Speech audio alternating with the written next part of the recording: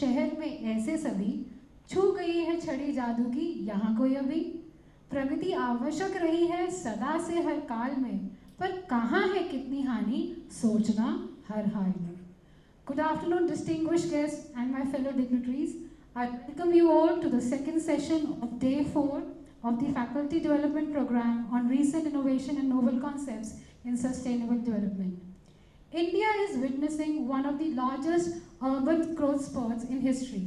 3/4 of infrastructure that will exist in the cities by 2050 is yet to be built.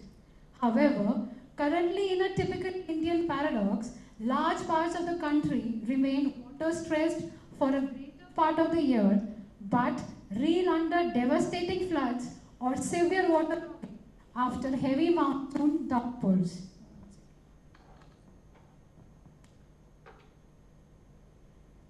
The impacts of urban floods are far-reaching. They lead to loss of lives, displacement of people, damage to infrastructure, disruption of essential services such as transportation and electricity, contamination of water sources, and increased risk of waterborne diseases. India has also been battling recurring extreme heat events, especially in urban settlements, creating heat islands in a sea of already rising temperatures. The rise in temperatures is an emergent health crisis. Extreme heat events directly correlate with spikes in heat stroke, dehydration, chronic diseases, and diminished cognitive performance. The implication of urban floods and heat stress are already dire and can no longer be ignored.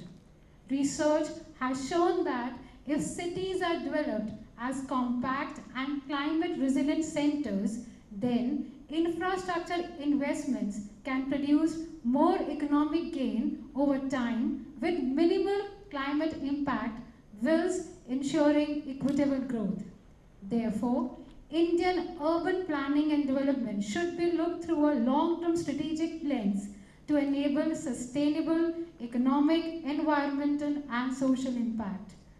To guide us through the challenges and breakthroughs of the development of modern urban cities, we have with us an urban and environmental planner from the School of Planning and Architecture, New Delhi, and an IEMA certified Advanced Environmental Systems Auditor, Mr. Rajneesh Sareen. With a work experience of around 24 years on sustainability in the built environment, Mr. Sareen is currently the Program Director for Sustainable Habitat Program with Center for Science and Environment, New Delhi. He is leading initiatives related to research, advocacy, and capacity building on sustainable urbanization, affordable housing, thermal comfort, resource efficiency, cooling action plan, climate change action plan, district environment plan, vulnerability assessments, cities micro action plans for sectors like air pollution, construction and demolition waste, and green educational campuses. Prior to this, he was associated with various national, bilateral, and multilateral agencies like British High Commission, American Embassy, and the Worldwide Fund for Nature. As a symbol of a commitment to a greener future, I would request Dr. Manju Kashyap to welcome Mr. Sareen with a sapling.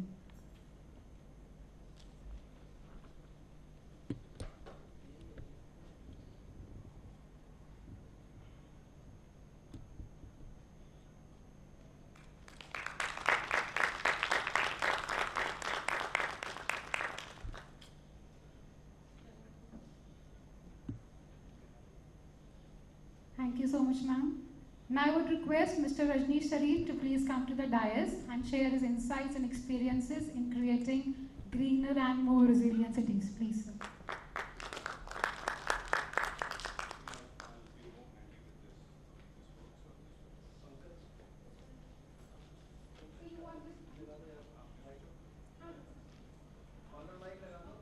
नहीं, this is better. उसमें आवाज अच्छा नहीं आ रहा। आवाज का खेल होता है ना काफी हद तक। So, very good afternoon to all of you. बहुत ज़्यादा बड़ा लंबा लिस्ट मुझे मालूम नहीं था, छोटा संक्षिप्त बताना चाहिए था, ठीक है। I am like similar to what you guys do. We educate people on to the subjects which are there with us.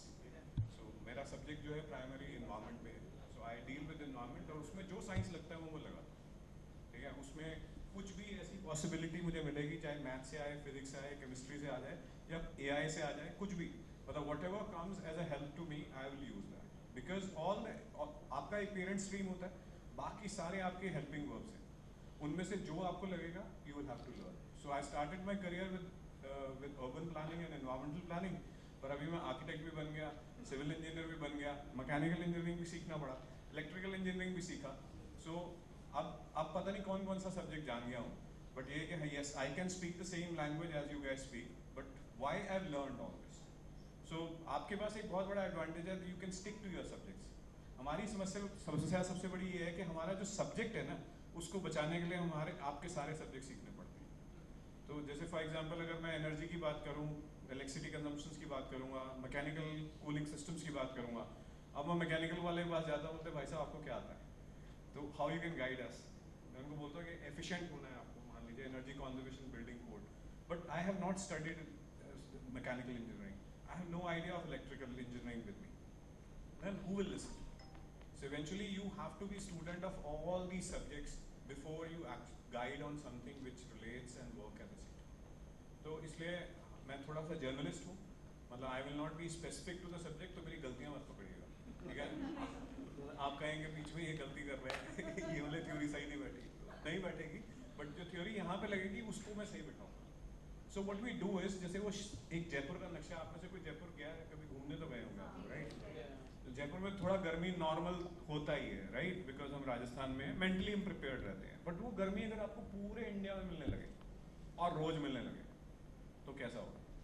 Now you have, आपकी सारी इक्वेशंस में बदलने वाली है, your all the relationship which you thought कि भैया ये 1 + 1 2 होता है, अमिताभ बच्चन बनने वाले हैं, हम 2 और 2 क्या 5 बना दें या 6 बना दें, ऐसा होने वाला है। So the whole game is going to work in a very different fashion. Like for example, if you work on to calculation of कि रेन वाटर हार्वेस्टिंग करना है, इतना प्रेसिपिटेशन आएगा, today you don't get a precipitation, you actually get a pour down, right. इतना pour down आता है कि आपको समझ नहीं आता, अभी तक पानी नहीं निकला आपके कंपाउंड में, अभी भी कई जगह पे गाड़ियां नहीं निकाल पा रहे हैं, राइट। उसका रीजन क्या है, because you prepared this compound with something else in your mind. Now the ground situation has changed, this situation which has changed is called climate change. It disturbs everything, ये आपकी हर उस सोच, हर ताकत को disturb करेगा जितना भी आपने सोचा।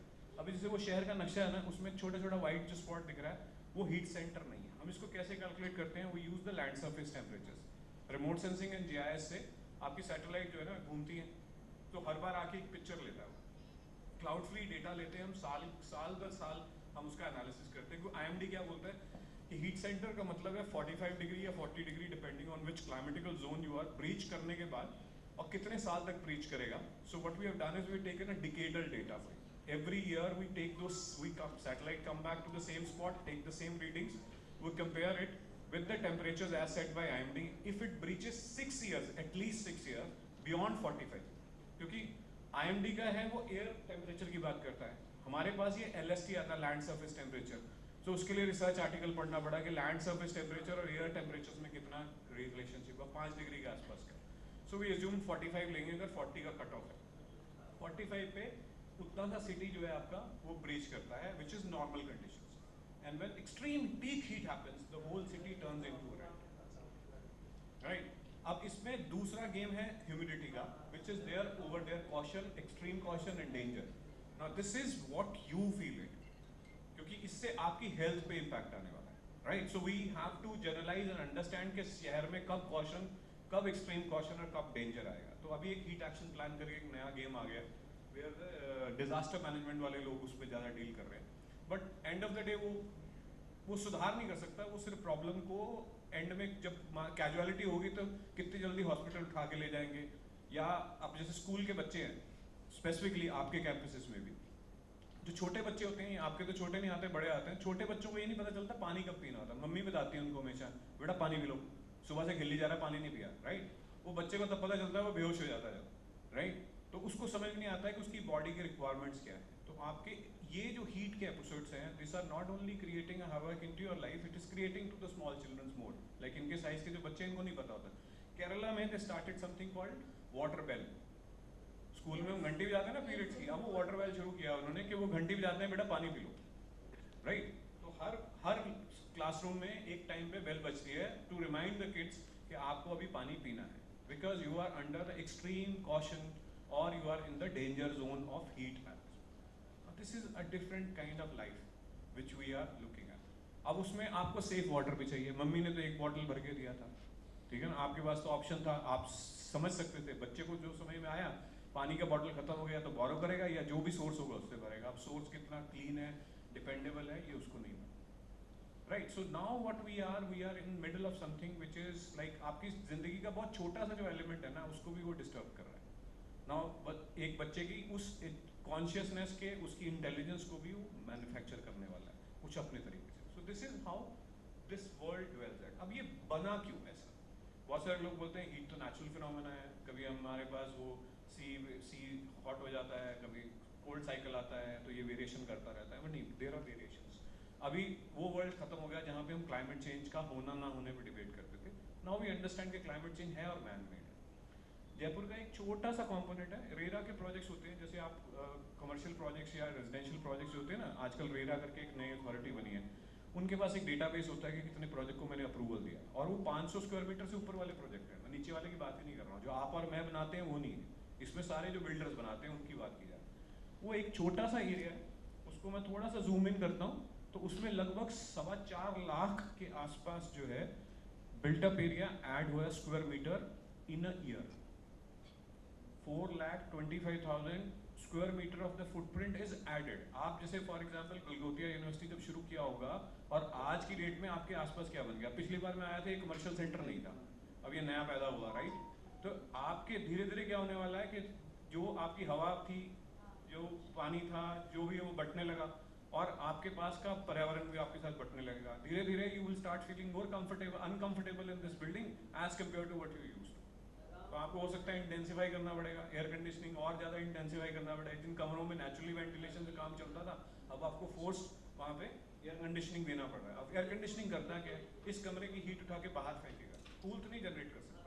तो अभी क्या है, पहले से इन्वायरमेंट गर्म है, आपने यहाँ की गर्मी और उठा के बाहर फेंक दी। अब जो आदमी बेचारा शायद नॉर्मली ठीक था, खुश था, उसको आपने और एक्स्ट्रा हीट पकड़ा दिया।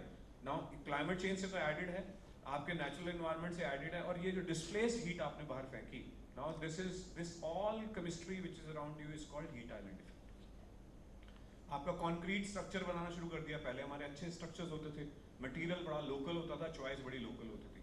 पर आजकल के मंत्री जो है पुराने कपड़े पहनते हैं सारे के सारे, टोपी वही, कुर्ता पजामा वही, और बातें करेंगे 3D प्रिंटिंग कि मुझे बिल्डिंग ऐसी चाहिए 3D प्रिंटिंग से आ जाए, राइट। मैंने उनको कई बार बोला कपड़े बदलो है, जब बातें सिंगापुर की करते हो तो अपना वेशभूषा बदलो। आप क्यों डॉक्टर थर्मल कंफर्ट में बैठे हुए हो? आप सफेद कुर्ते पजामे पहनते हो, कंफर्टेबल रहते हो सारा दिन, राइट, क्योंकि आपको मालूम है एक मीटिंग से पैंट पहन के देखिए, 24 घंटे उस तरीके की वर्क फोर्स में जाके देखिए, उस तरीके के जैकेट लगा के जाइए, आपको पता चल जाएगा कि आप क्या मांग रहे हो मुझसे। So but yes, the world is like this. Rapid constructions की हम बात कर रहे हैं, this is where this rapid is. अब ये अगर मैं पूरे शहर में ले जाऊँ, अब इसमें होता क्या है कि ये जो रैपिड जिसका हम बोलते हैं ना, उसमें FAR बढ़ा दिया, फ्लोर एरिया रेशियो बढ़ा दिया, आपकी बिल्डिंग्स की हाइट बढ़ने लगी, ठीक है। आपने TOD बोल दिया, ट्रैफिक ओरिएंटेड डेवलपमेंट है, उसमें FAR एक्स्ट्रा दे देते हैं, ठीक है। अब एक्स्ट्रा FAR का मतलब लॉटरी लगी है आपकी, अब आप और उसमें ऐड कर सकते हैं कॉम्पोनेंट। अब आपने ऐड क्या किया? You are adding, actually there is something called fabric density ratio.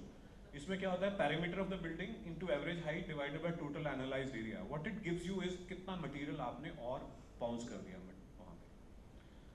अब ये मटेरियल क्या है? This is concrete largely. ये क्या करेगा? कंक्रीट की टेंडेंसी है कि सुबह में गर्मी को पकड़ेगा, और शाम को जब आप सोच रहे थे कि पर्यावरण बिल्कुल ठीक होने वाला है, कि अभी थोड़ा सा गर्मी कम होगा, ये शाम को आपको वापस देना शुरू करेगा, क्योंकि अब आप थोड़े ठंडे हो रहे हो।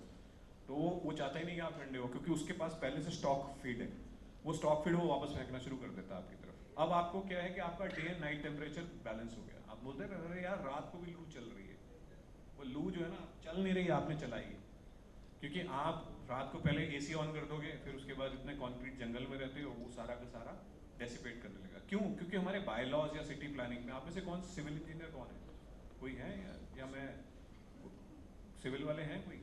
जो सिविल सब्जेक्ट्स को डील करते हो। Okay, no problem. अगर आप बिल्डिंग बायलॉ समझते हैं, जैसे हम घर बनाते हैं थोड़ा सेटबैक देना पड़ता है, इतना हमें कहा जाता है इतना आगे से छोड़िए, इतना पीछे से, इतना साइडों से, ये क्यों कहा जाता है?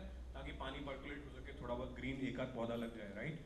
अब वो बनाया था उस कंडीशन में कि आप 2 मंजिल बनाने वाले थे, 2.5 मंजिल बनाने वाले थे, ठीक है? अब आप ले गए उसको 20-25 मंजिल तक। और सबसे बड़ा प्रॉब्लम क्या आया उसमें, जो ट्री का डिफेंस था वो 1 या 2 स्टोरी तक था। ट्री की हाइट उससे लंबी तो नहीं हो सकती ना, आपने बिल्डिंग कर दिया 20 story high, but tree can not penetrate at that level. कोई भी ग्रीन, कोई भी फंक्शन और न्यूट्रलाइजेशन आपको हेल्प नहीं करेगा। और उसमें सबसे बड़ी समस्या क्या है, ये जो नीचे देख रहे हैं ना 1991 से 2021 में, दैट इज वेजिटेशन। और पानी तो आपको दिख ही नहीं रहा है, वो जो ऊपर लिखा ना वाटर बॉडीज, वो तो बिल्कुल ही एब्सेंट है, ऑलमोस्ट था ही नहीं। और परसेंटेज रिड्यूस कर दिया, ग्रीन कितना था 47%, ड्रॉप डाउन टू 25%। तो आपने कंक्रीट इंटेंसिफाई कर दिया, ग्रीन को खत्म कर दिया। आपके 2 डिफेंस मैकेनिज्म थे, water as well as green, दोनों सेफगार्ड्स आपने खुद बेचे, राइट? और उसके साथ उसका जो एंटीडोट है या उसका जो एंटी एनिमी एलिमेंट है उसको हमने इंटेंसिफाई कर दिया। Now this is what we do eventually, and this adds a lot of chaos in the cities. आप शहर के ऊपर से कभी भी कैनवस में फोटोग्राफ खींचिए, आपको समझ में आ जाएगा कि what we have added in it. मैंने जितना प्रधानमंत्री आवास योजना में इतना और कंस्ट्रक्शन ऐड हुआ, उसके बाद हमने एक बड़ा अच्छा मिशन चलाया, स्वच्छ भारत मिशन। मतलब वो गांधी जी वाला चश्मा हर दीवार पे हमने लगाया, उसको हर आदमी को पता चला। पूरी कंट्री ने जान लगा ली, पर वेस्ट नहीं खत्म हुआ। प्रधानमंत्री से लेकर सारी मिनिस्ट्रियों ने जान लगाई, इंडिविजुअल ने भी लगाई, बहुत सारे लोग उसके अंदर सक्रिय होकर झाड़ू उल्टा सीधा पकड़ के फोटो खिंचवाते रहे, बट कंट्री अभी भी साफ नहीं हुई। What you see around is more of a waste rather than that। तो हमारी डेफिनेशन में वेस्ट होता क्या है, उसको कहा जाता है it's a man made waste. Waste nature में होता नहीं, कहीं पे भी नहीं होता, there is nothing like that. मैं एक बार काजीरंगा गया, वहाँ पे राइनोज होते हैं, ठीक है? तो मुझे वो जो गाइड था वो ये बता रहा था कि जो राइनोज जो होते हैं ना सर, जैसे ये पर्टिकुलर मान लीजिए ये वाला ऊपर डायस जो है ना, ये वाला आपका सेंट्रल स्पॉट, ये इतना एरिया है, इसमें राइनो का फैमिली जो है ना यहीं पे रहेगा। इनको प्लॉट साइज मिला होता है mentally, they work according to the plots. इस प्लॉट में वो रहेगा, ग्रेजिंग करता रहेगा जब तक यहाँ की पूरी घास नहीं खत्म हो जाएगी, और एक साइड में आके वो शिट करेगा, और वहाँ पे बड़ा सा माउंट बनता रहेगा शिट का। उसके बाद वो जब ये सारी घास खत्म हो जाएगी तो यहाँ से आगे निकल जाता है, अगले स्पॉट पे, अगले प्लॉट के ऊपर कब्जा करेगा। तो ये क्यों करता है वो, यहाँ से जितना भी उसने खाया उसका न्यूट्रिएंट यहीं छोड़ के गया, ताकि वो बारिश आएगी फिर से वो न्यूट्रिएंट लोड फिर से अंदर चला जाएगा, और सर्कुलर इकोनॉमी के पूरे परफेक्ट प्रिंसिपल पता है। और उसको, जिसको हम गैंडा कहते हैं, जिसकी खाल दिख के लोग गैंडे जैसी बुद्धि है तुम्हारी, तो गैंडे से भी बहुत बड़ी शिक्षा मिल जाती है। हम कई बार बच्चों को बोल देते हैं ना ऐसा जुमला से, तो बिल्कुल गैंडे की खाल का बना हुआ है, कोई असर नहीं होता है इसको। बट मुझे बहुत असर हुआ गैंडे को देख के, समझ में आया कि गैंडा हमसे ज़्यादा समझदार है, उसको सर्कुलर इकोनॉमी प्रिंसिपल बहुत अच्छे से आते हैं, शायद इंसान को नहीं आते। तो आगे बढ़ते हैं। ये जो मैंने आपको कुछ लाख बताया था ना, ये जो मैंने आपको बताया था ना 2-4 लाख वाला, वो लगभग शहर में पूरे में 25 लाख के आसपास ऐड हो गया स्क्वायर मीटरेज ऑफ कंस्ट्रक्शन।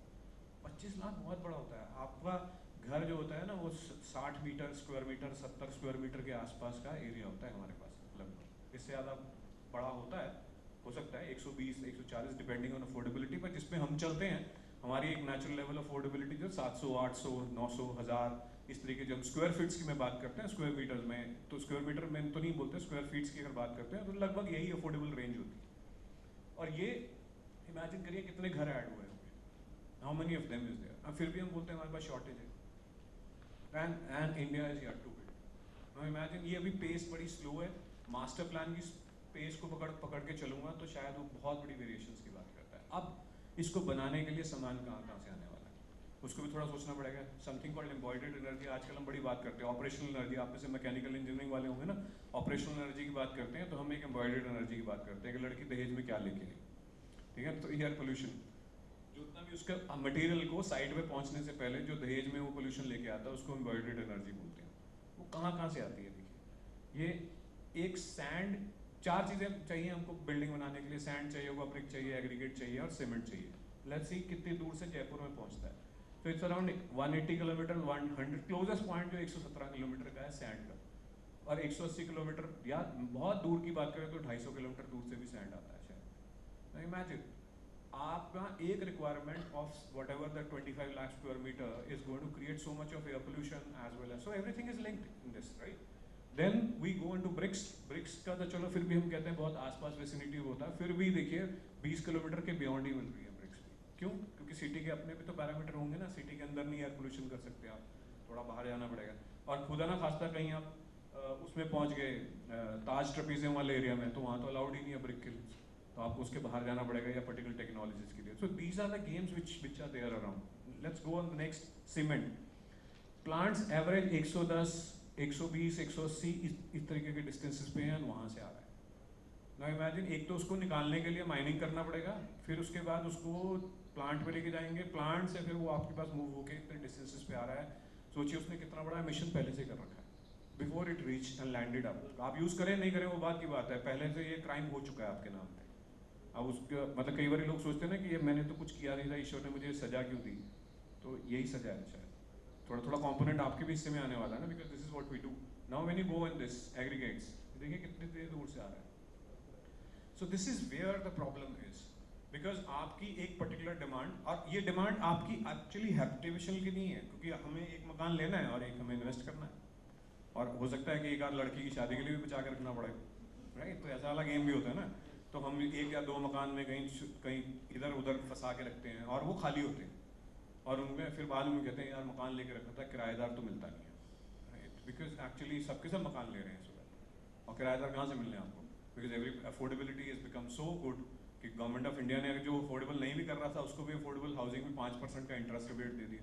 वो भी सोचता है, मैं अभी बात कर रहा था आपसे कि मैं सोच रहा था कि मेरा जब मकान लिया तो मुझे था कि जहाँ किराया देता हूँ उतने किराए में कहाँ मकान मिल सकता है EMI में। So I moved there, the distance was long, but एक एसोसिएशन होता है आपको एक पर्टिकुलर कि चलिए मैं यहाँ रहूँगा। सो this is with this kind of मृग तृष्णा ना, हम बहुत सारी ऐसी चीज़ें ऐड करते रहते हैं कम्युनिटी। अब इस सबसे होता क्या? आपको एक रियलिटी एक्सट्रीम वेदर इवेंट्स की, ये देखिए जितना भी रिपोर्ट कार्ड है ना अलग अलग शहरों का, और उसके अंदर कितने टाइम्स ऑफ कौन कौन सी इवेंट्स कौन कौन से साल में आपने फेस करी। Now it is called that every part of our country is facing one kind of extreme weather event every day. क्यों? इसमें extreme events कौन कौन सी हैं? इसमें हम देखिए, इसके अंदर सिर्फ ये नहीं कि हीट उसकी बात कर रहे हैं, यहाँ पे हम लाइटनिंग स्ट्राइक, ये बहुत बढ़ गया है क्लाइमेट चेंज के कारण। बिहार में मैक्सिमम लोग आज की डेट में जो कैजुअलिटी का डेटा आता है लाइटनिंग स्ट्राइक से आ रहा है। लोग ज़्यादा मर रहे हैं because of lightning strike. Lightning strike इतना नहीं होता था जितना अब होने लगा, right? Then you have cold, then you have heat, then you have like floods, then you have various kind of these things coming to you. Now this is something which is intensifying into our cities. We monitor this. तो हमारे पास CSC के पास इसका data होता है, where we monitor all these facts कि हमारे शहरों में कहाँ कब हमारे हाथ से बाहर सिचुएशन जाती है। क्योंकि जब भी आपके हाथ से बाहर सिचुएशन जाएगी उसके बाद आपका जो रिस्पॉन्स होता है ना वो पैनिक रिस्पॉन्स होता है, क्योंकि आप सीधा कुछ नहीं करने वाले, आप सबसे एक्सट्रीम स्टेप लेने वाले हैं। क्योंकि अक्सर जब भी आपका रास्ता रुकेगा तो आपका बहुत ही कॉन्जर्वेटिव व्यू होता है, हमेशा सबसे ज़्यादा स्ट्रॉन्ग सेफगार्ड बिल्ड करते हैं अपने, और वही कंडीशन हम करने वाले हैं। जब आपको पिछले 32 दिन गर्मी लगी ना, आप सच से बताना कितने लोगों ने AC नए खरीदने का विचार बनाया? तो 32 डेज का एक लॉन्ग पीरियड था ना जब हमारे पास बहुत गर्मी हुई थी इस साल। तो आप में से बहुत सारे लोगों ने उस टाइम पे सोचा होगा कि यार मतलब एक से काम नहीं चल रहा। उसके अमाउंट में जो कॉस्ट थी उसमें भी 15,000 का इंक्रीज हुआ था और मिल नहीं रहे थे स्टॉक में, और अगले साल वो और बढ़ेगा। अगले साल वो और बढ़ेगा। उसका रीज़न है बिकॉज ये ट्रेंड अब कंटिन्यू होने वाला है। कल in fact there is one report which is coming, Richard Mahapatra जो हमारे एडिटर इन चीफ हैं डाउन टू अर्थ की मैगजीन के, अगर आप में से कुछ लोग CSC के बारे में जानते हैं, वैसे अगर नहीं जानते तो ब्रीफली बता देता हूँ। हम करीबन 3 या 4 डिकेड ओल्ड ऑर्गेनाइजेशन है जो इन सारी चीज़ों में पर्यावरण पर रिसर्च करते हैं। हमारी एक मैगजीन है डाउन टू अर्थ, वो एक रूटीन इशू आता है, उसका हिंदी में भी आता है, इंग्लिश में भी आता है, as well as we have a website down to earth का एक यूट्यूब चैनल भी है। छोटे छोटे बहुत अच्छे इंटरेस्टिंग वीडियोस में हम डालते हैं। तो आप कहाँ जो भी सब्जेक्ट हो, forget about this, rabbit farming में भी ढूंढेंगे तो उस पर भी डाला होगा शायद। So you can look at environment and its peripherals, you will get lot of videos from there. कभी भी आपको टीचिंग एड्स में कुछ भी ऐसा चाहिए, एनवायरमेंटल जो एजुकेटर्स हैं उनके लिए हम एक स्पेशल प्रोग्राम रन करते हैं ग्रीन एनवायरमेंटल एजुकेटर्स के नाम से। We even certify universities which is based on their green audits. That's why मेरे उसमें था ना कि green campuses पे मैं work करता हूँ. So we assist universities on getting their NAAC scores better also, but primarily only for that green part. जो 50 नंबर का बीच में पेपर आता है ना आपके, to improve on those. So then we work with schools also, where we work on green school programs. We award the schools based on their how they stand with regard to environment. So ये सारी possibility हम करते हैं. आप सोचिए कितना बड़ा database है हमारे पास. हमारे पास स्कूल की भी पूरी कुंडली मिल जाती है, कॉलेजेस की भी मिलती हैं, शहरों की भी मिलेंगी आपको. तो आप कभी भी हमारी वेबसाइट पे जाइए, आपको ये सारा डेटाबेस कभी भी आपको रिसर्च में कहीं जरूरत पड़े, मेरे ख्याल से आपको पड़ेगी नहीं जरूरत, बिकॉज आपके सब्जेक्ट बड़े डिफरेंट है. बट येस, उसका कॉम्बिनेशन जरूर आएगा हमारे साथ. जैसे फॉर एग्जांपल एयर पोल्यूशन की अगर मैं बात करूँ, रिग्रेशन मॉडल्स आप यूज़ करते हैं, मैथमेटिक्स वाले तो होंगे यहाँ पे कंपनी में, राइट. तो मेरे को तो बस तब समझ में आता है जब मुझे एक्चुअली जरूरत पड़ती है उसकी. तो we are working on this air pollution and we wanted to understand कि भैया ये जो आग लगाता है ना, जो बंदा पराली बर्निंग होती है, ये कोई एक आदमी लगाता है ग्राउंड पे, right. We need to identify ये आदमी कौन है, राइट. अब मेरे पास डेटा क्या, रिमोट सेंसिंग एंड जीआईएस का है. दो तरीके की सैटेलाइट्स है मेरे पास. एक जो है डेली रिपीट करती है, जो डेली रिपीट करती है उसका आप समझ सकते हैं कि जो रोज रोज आएगा तो स्पीड से जाएगा, राइट. तो उसके पास जो है वो एरिया छोटा होता है और डिटेल में नहीं होगा, वो ऊपर ऊपर से फोटो खींच के निकल जाएगा. और जो डिटेल में आती है वो 23 दिन के बाद आती है, 23 डेज के बाद. तो 23 दिन में और 40 दिन का एयर पोल्यूशन का पीरियड होता है. तो 2 फोटोग्राफ में सारा काम हो जाएगा. अब आदमी कैसे आइडेंटिफाई करो? So how I am going to identify that person who actually creates that air और बर्न दैट. ठीक है. अब वो लैंड कैडेस्ट्रल मैप के ऊपर उसको लिखना है कि द्वारी एक सिस्टम होता है, उस पर उसने लिखना है कि इसने जलाया था, राइट. बिकॉज इसकी सब्सिडी बंद करी जाए अगली बार अगर ये नहीं मानता. सरकार के पास और कोई तरीका नहीं होता ना. तो लैंड रिकॉर्ड्स में जाने के लिए कि इसने जलाया है, you need to identify the science problem is there in front of me. आप बताइए कैसे लगाएंगे? I have given you all the options. मेरे पास एक फास्ट मूविंग सैटेलाइट है, एक स्लो मूविंग सैटेलाइट है. Then I have the maps कि यहाँ हमारा एग्रीकल्चर लैंड है, and then it's all science. So remote sensing and आपका जो एक्टिव मैथमेटिक्स है, ये दोनों जब रिलेशन बनाते हैं तो आप उसको प्रोजेक्ट बैक कर सकते हैं. तो व्हाट वी डू इज, जो फास्ट मूविंग वाला है उसका कोरिलेट किया हमने स्लो मूविंग वाले के साथ, एंड उसको प्रोजेक्ट बैक जो है रिग्रेशन पहले फॉर्मुलेट किया, फिर उसके बाद उसको बैक प्रोजेक्शन किया. बैक प्रोजेक्शन करने के बाद उसके फील्ड्स का रिलेशनशिप निकाला कि इतनी माइनर मॉडिफिकेशन में कहाँ पे फायर होता है. सो उसको फिर ग्राउंड ट्रूथिंग करा और उसकी रेशियोज, क्योंकि रिमोट सेंसिंग क्या लेता है, वो तो रेडिएशन लेता है. तो रेडिएशन स्कैनर्स ले जाके एक्चुअली जहाँ जलाया जाता है उसकी रेंज को चेक किया, उस रेंज के साथ इसको एक्सट्रापोलेट किया.